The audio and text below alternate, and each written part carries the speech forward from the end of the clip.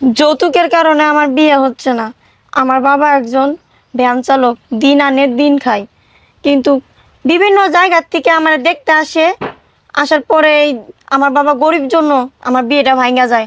ওরা চায় খাট চায়, আলমারি চায়, সুকেস চায়, কিন্তু আমার বাবার তো সাধ্য নাই দেওয়ার জন্য। এর জন্য আমার বিয়ে ভাঙা যায়। জানেন, আমার যারা ছোট ছিল বড় ছিল সবার বিয়ে হয়ে গেছে, সবাই বাচ্চা কাচ্চার মা, কিন্তু আমার এখন পর্যন্ত বিয়ে হয়নি। আমারও তো মন চায় বিয়ে করতে। আমার তো মন চায় যে আমার বাচ্চা হবে, আমিও বাচ্চাদের সাথে খেলাধুলায় থাকবো আর কি। আচ্ছা আপু, এই যে আপনি বললেন যে আপনার বিয়ে হচ্ছে না, আপনার ফ্যামিলি থেকে কি কখনো চেষ্টা করেছে আপনাকে বিয়ে দেওয়ার জন্য?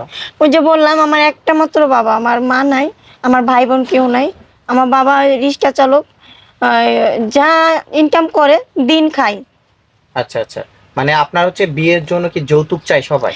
জি, যৌতুক চায়। আয়সা যখন দেখে আমাদের বাড়ির অবস্থা দেখে, বা হ্যাঁ আরো বেশি ইয়ে করে যে যৌতুক ছাড়া তোমার মেয়েরে বিয়ে দিতে পারবা না, যৌতুক দাও তাহলে তোমার মেয়েকে আমরা বিয়ে করব। আচ্ছা আপু, এই যে আপনি বললেন যে যৌতুকের কথা, আসলে আপনাদের এই এলাকায় বিয়ের জন্য মোটামুটি কত টাকা যৌতুক দেওয়া লাগে? আপনার একটা মেয়েকে বিয়ে দিতে গেলে মোটামুটি কিরকম যৌতুক লাগে?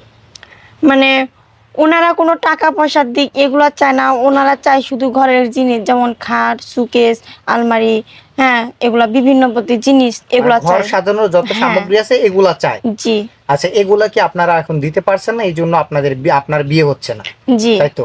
মানে আপনি কি একাই এই এলাকায় হচ্ছে আপনার বিয়ে হচ্ছে না, নাকি আপনার মতন আরো অনেকে আছে তাদেরও সেম একই অবস্থা, মানে যৌতুকের কারণে বিয়ে হচ্ছে না? এই এলাকায় আমি একাই, কারণ আমার বাবা এই এলাকায় অনেক গরিব। আচ্ছা আচ্ছা আচ্ছা, তো আমাদেরকে কেন ডাকছেন একটু যদি বলতেন। আপনাদেরকে ডাকার একটা কারণ, যে এরকম আর কতদিন চলবে? আমার বয়স 19 বছর চলতেছে, আর আমার বাবা তো কম চেষ্টা করতেছে না, আর এরকম ভাবে ঘরে থাকলেও মানুষ খারাপ বলে।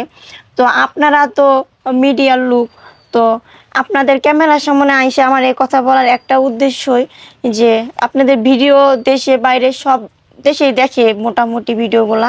আমি চাই অনেক প্রবাসী ভাইরা আছে যে যারা অনেক দয়ালু, যে জি, তারা যদি আমার এই ভিডিওটা দেখা যদি মনে করেন, তাদের যদি মনে একটু মায়া বাড়ে যে আমাকে এরকম আপনার ভাবে। দায়িত্বটা হ্যাঁ, নিবে তাহলে আপনি বিয়ে করবেন, তাই তো? জি জি। আচ্ছা, আপনি প্রবাসীর কথা বললেন যে প্রবাসী ভাইয়েরা অনেক দয়ালু হয়।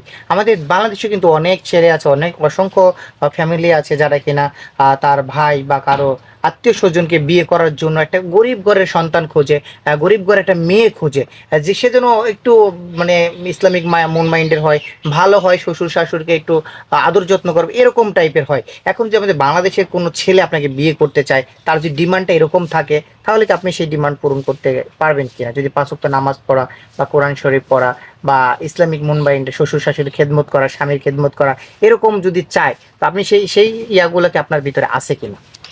জি, এরকম যদি হয় তাহলে কোনো সমস্যা নাই। সে যদি বাংলাদেশেরও হয় কোনো প্রবলেম নেই। কিন্তু আমি যতটুকু জানি, যে আমি প্রবাসী ছেলের একটা উদ্দেশ্য করে কথাটা বললাম, যে ওরা তো দেশের বাইরে থাকে, সব ধরনের দুঃখ জিনিস ওনারা বুঝে। এর জন্য আমি ওনাদেরকে টার্গেট করে বললাম আর কি। সমস্যা নেই, যে বাংলাদেশে এরকম কেউ থাকে আমি রাজি। আচ্ছা আচ্ছা, তো আরেকটা প্রশ্ন, দেখা যাচ্ছে যে অনেকের বউ চলে যায় বা অনেকের বউ নাই, মারা গেছে, তো এরকম ছেলে যদি আপনাকে বিয়ে করার অফার দেয় সেক্ষেত্রে করবেন কিনা?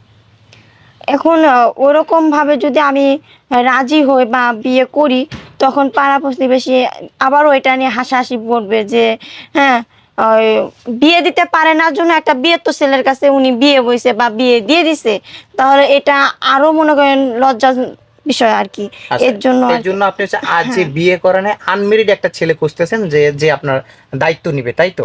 জি। আচ্ছা, আর ছেলের লেখাপড়া কিরকম থাকতে হবে, বা এরকম আপনার কোনো ডিমান্ড আছে কিনা যে ছেলে উচ্চশিক্ষিত হতে হবে, তার টাকা পয়সা থাকতে হবে, বাড়ি গাড়ি থাকতে হবে, এরকম কোনো ডিমান্ড আছে কিনা আপনার? না, ওরকম আমার কথা সে যেন, হ্যাঁ আমার মনটা বুঝতে পারে, কারণ আমি নিজেও লেখাপড়া অতটুকু করি নাই, খুব কম। আমার বাবা তো গরিবের জন্য ক্লাস 5 পর্যন্ত লেখাপড়া করাইছিল। তো ওনার লেখাপড়া দিয়ে আমি কি করব? উনি শুধু কর্ম করতে পারলে হয়েছে, আর 2 মুঠো ভাত যেন খাওয়ার মতন ব্যবস্থা থাকে, এটুকু হলেই চলবে। আচ্ছা, তো এখন আপনি এই যে আপনার সাথে যদি কেউ যোগাযোগ করতে চায় তাহলে কিভাবে যোগাযোগ করবে একটু যদি বলতেন।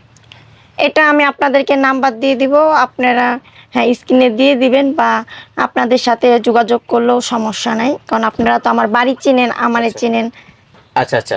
তো দর্শক, এই যে ছুমাইয়া আপুকে দেখতে পেলেন, এই ছুমাইয়া আপু কিন্তু তার জীবন সঙ্গিনী খুঁজছে যে কিনা তার দায়িত্বটা নিবে। তো আপনারা যদি কেউ ওনার দায়িত্বটা নিতে চান তাহলে অবশ্যই আপনারা হচ্ছে আমাদের সাথে যোগাযোগ করবেন। কারণ হচ্ছে ওনার যদি নাম্বারটা সরাসরি আমি স্ক্রিনে দিয়ে দিই, কারণ অনেক ভালো খারাপ অনেক ছেলে মেয়ের আছে যারা কিনা অযথা ফোন দিয়ে ওনাকে ডিস্টার্ব করবে। তো আমরা এটা চাই চাই না যে কোনো একটা মেয়ে অসহায় মেয়ে ডিস্টার্বের কবলে পড়ুক। তো আপনারা সবাই ভিডিওটা শেয়ার করে দিবেন, আর যাদের পছন্দ, যাদের কেউ বিয়ে করবে, ভালো একটা মেয়ে খুঁজতেছেন, তারা হয়তো সুমাইয়াকে দেখতে পারেন। তো আজকে ভিডিওটি এই পর্যন্তই, দেখা হচ্ছে পরবর্তী ভিডিওতে। সে বন্ধু সুস্থ থাকবেন, ভালো থাকবেন, আল্লাহ হাফেজ।